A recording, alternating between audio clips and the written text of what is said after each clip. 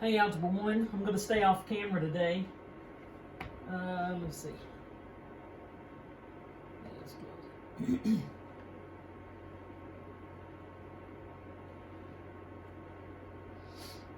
Hey, Algebra 1, I'm going to stay off camera today and just be using the document camera to present the video.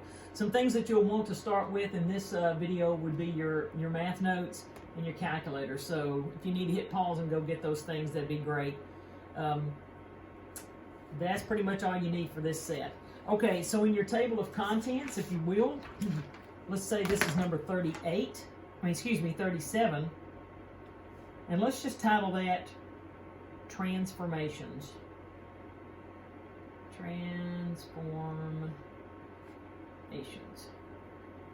And this will be topic 37, Transformations. So I'm going to go ahead and turn to that page. Transformations. Hope you're all doing well. I am doing fine. Me and mine are fine. Alright, and I have a short-term memory. That was 37.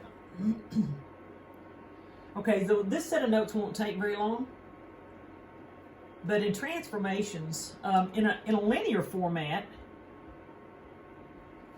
we had this, y equals mx plus b. And the only two changes we made were here with the slope, and it would transform its steepness and whether it went upward or downward.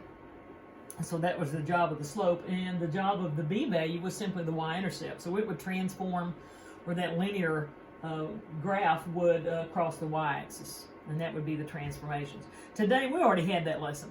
Today we want to focus on quadratic transformations. Quadratic. That'll be our focus for the day. And our quadratic formula, and this is right here on your formula chart, but it says ax squared plus bx plus c. Ax squared plus bx plus c. I'm going to remind you, let me flap that open. The quadratic equations down here in the bottom, the standard form. And I need to go back and add this, f of x equals ax squared plus bx plus c. So f of x equals, we know that's the same as y equals. So I'm just going to squeeze that in right here, y equals. And that can be the same thing as f of x equals. So that's your quadratic standard form. Now, what we call the parent form has some understood things. The a value would be 1, and b and c would be 0. So the parent form looks like this. Y equals an understood 1x squared plus no x's plus no c value either. So the b and the c are 0, the a value is 1. And so if I drop off the things that are unnecessary here, then I don't need, if there are no x's and the c value is nothing, I'm adding nothing, then I can drop these off, the little ghosts, and I can let this 1 be a ghost too. So I can just say y equals x squared. That's referred to as the parent quadratic function. Quadratic function. Looks like my pen's trying to go out. I'll swap it for purple. All right, the parent quadratic function. Today, though, we're going to be dealing with the roles of A and B and C. The roles of A, B, and C. So, we may just kind of want to take this and rewrite it right down here. And I think this time I'll write it using the function notation, the f of x equals rather than the y, ax squared plus bx plus c. Now almost everything that we do here, we're just going to prove it on our calculator and not do a whole lot of writing. We're going to come back underneath each one of these and kind of write some notes about, well, what changed when I changed the a value and what changed when I messed with the b value. Oh, by the way, all quadratics, when you graph them, will either open upward or they'll open downward. And we saw that in an earlier lesson when we talked about minimums and maximums and so forth in the vertex. But keep in mind, if you had a quadratic and it tried to open sideways, That wouldn't work because it would fail the vertical line test. It'd hit it in 2 spots. I'd have a repeat in the domain, and so that one's not a function. So all quadratics will either be upward opening or downward opening. All right, so grab your calculators and go to your y equals screen, and we'll just go to your y equals, we'll clear, I was messing around with a few things, and let's just type in that parent function, that y equals x squared. If I wanted to flesh it all out and make all the ghosts show up, you could type in 1x squared plus 0x plus 0. Well, let's just type in the parent function in its stripped down version, y equals x squared. If you're not already on a Zoom 6 screen, do that. And let's hit graph and see what we see. And there we have it. So that's what the parent function, when you graph it, looks like. And all it's saying is, here in this parent form, that whatever x is, you square it, and that's what y is. Let's take a look at the table of values to kind of check that out. Let's kind of get down where we're looking at 0. Kind of put 0 in the middle of your window. Get right here. All right. So if x is 0, when I square that, I still get 0. If x is 1, 1 squared is 1, 2 squared is 4, 3 squared is 9. And even if it's a negative value, negative 1 times negative 1 would still yield a positive 1. And negative 2 squared is 4, and negative 3 squared is 9. And there's that kind of repetitive nature of those numbers flaring outward on that quadratic. Go back to y equals. And let's leave that one alone. We'll leave that in y sub 1. So go down to y sub 2, and let's change that understood value. As a matter of fact, let's insert a 1 there, just so we can be looking at the ghost. So that ghost shows up. It's an understood 1, but let's type it in so that you can see it. Y equals 1x squared. What would happen if I increase that number to 2x squared? Type 2x squared. When you get that keyed in, take a look at the graph. Here's the parent function again, 1x squared. And here's 2x squared. How would you describe that? Does it look like it kind of got a little skinnier and kind of scrunched in a little bit? If that's the case, then what if I increased it even more? Let's type in 5x squared. What do you predict this parabola would look like? You got it in your mind's eye? All right, let's hit graph and take a look at it. And there it is. Sure, it just keeps getting skinnier and skinnier, just keeps pinching that U shape inward and getting narrower and narrower and narrower like this right here. I mean, we might could even go to an extreme. Let's type in like 10x squared. See what that does. Ooh, yeah, it just keeps getting skinnier. Now, if I'd looked at this and kind of viewed these lines as having a slope, then technically what that a value is controlling that slope. As I make that a value get bigger and bigger and bigger and bigger, that slope kept getting steeper and steeper and steeper and steeper. The sides were raising up and getting steeper slopes.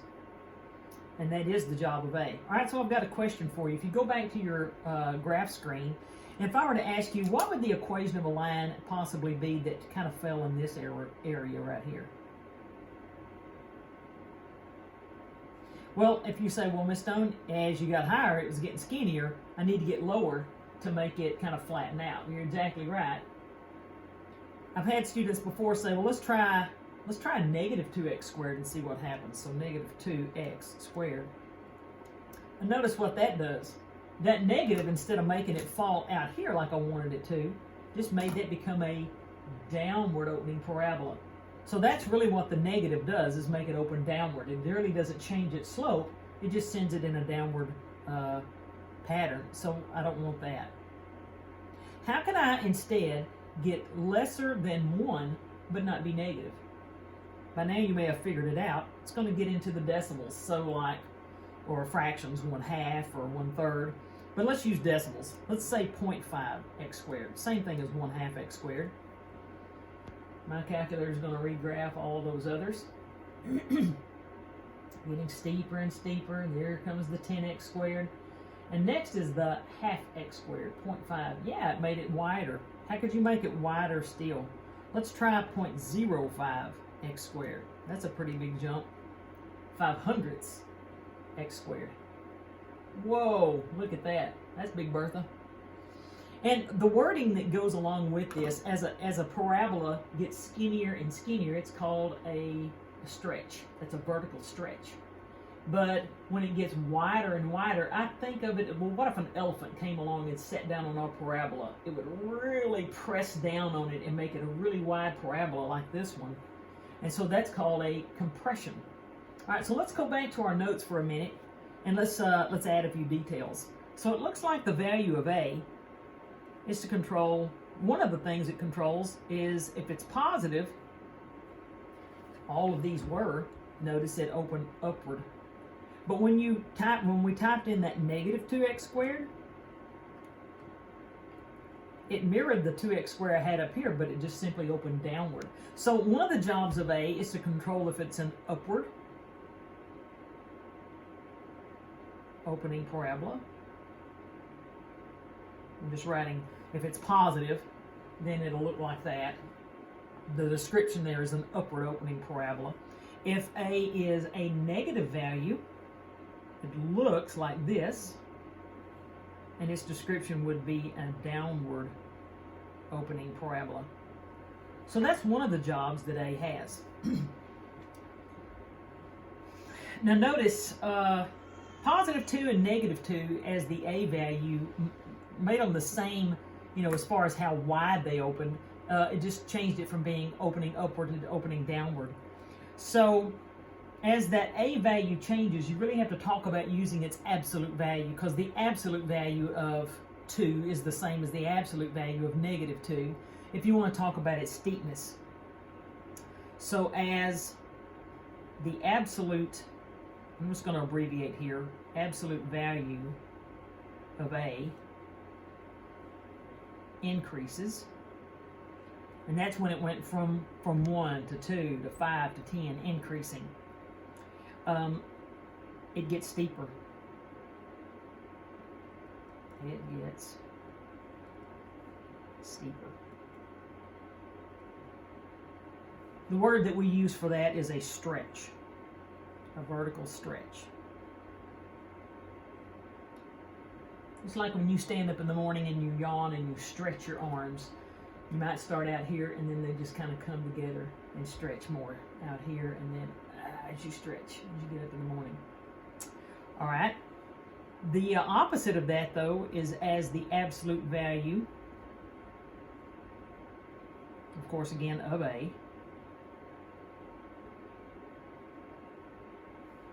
decreases, like 0.5 or 0.4 or 0.5, 0.6, 0.7, 0.8.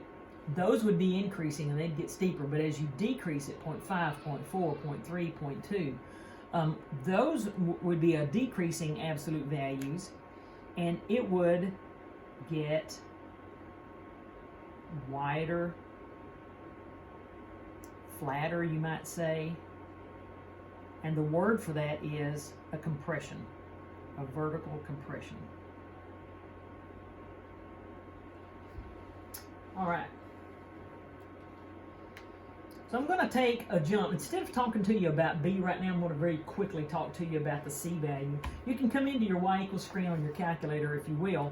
And let's leave the parent one alone here in Y1, but we'll delete all the others, so clear all those out. So we've talked about changing the A value from this understood 1 to being, 2, 5, 10, 0.5, negative, and saw how A changed. But what if I took this x squared, this 1x squared, again, the 1 is typically not shown, but I'm going to do it anyway, 1x squared. And let's change this C value. Let's don't even talk about x's yet. Let's just change this plain number on the end that doesn't have an x with it. So let's say plus 2. 1x squared plus 2. Now let's see how that changes the parent function here in the first equation. So let's look at this new one. So here's our parent function. And here's the new one. Can you see that it just shifted up the y-axis 2 spots? It's pretty predictable. What if I typed in 1x squared minus 5? What do you expect it to do? From the parent function, do you expect it to shift down 5 places? Let's see if it does. Yep. And I've had some people say, oh, those are different sized parabolas. No, if I could kind of collect these all up and stack them on top of one another, their edges would perfectly line up.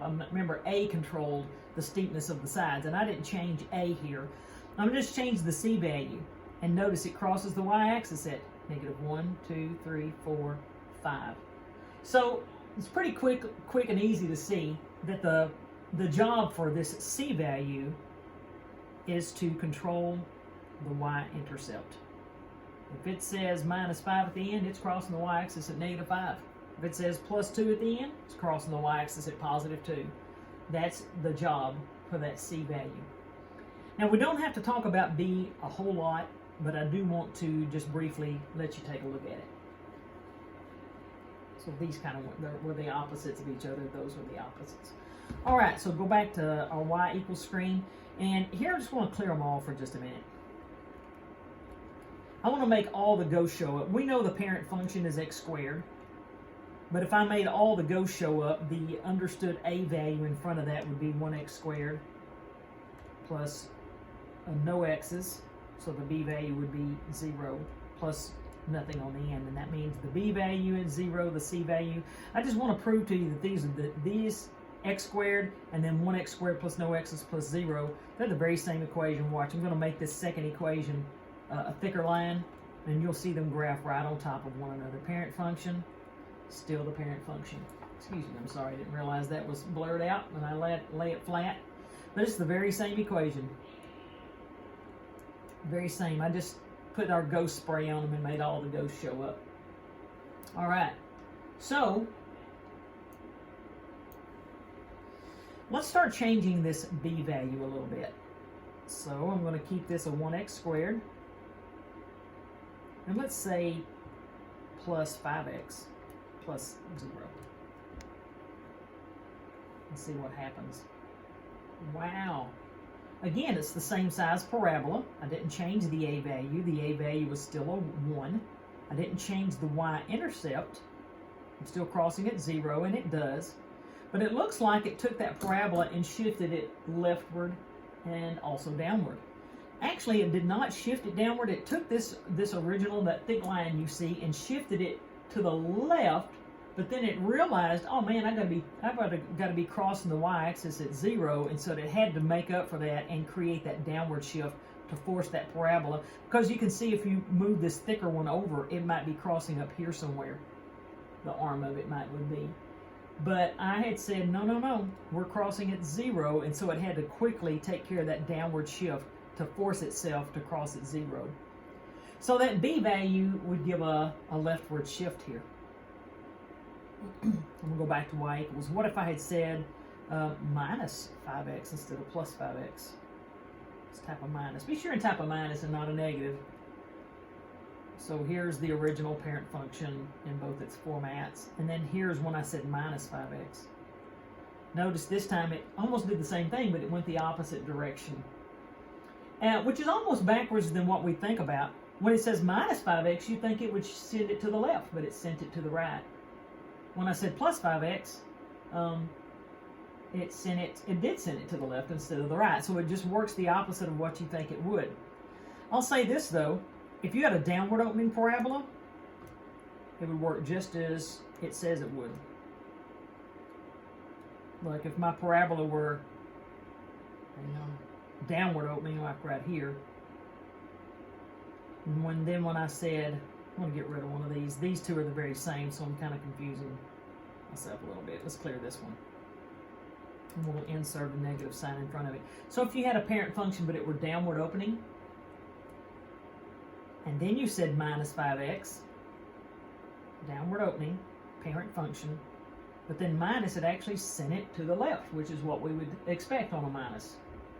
So if it's upward opening, it works the opposite than what B says it's going to go. And if it's downward opening, it goes right along with the sign of the B value. Left on a x-axis is negative. So if it's downward opening and I say minus 5x, it will go left in a negative direction. If it's an upward opening parabola though, and this is a positive value, then it will move the opposite direction that indicates. It's kind of weird. And we don't have to know a whole lot about that right now, but we do need to know that this gives a left or right shift.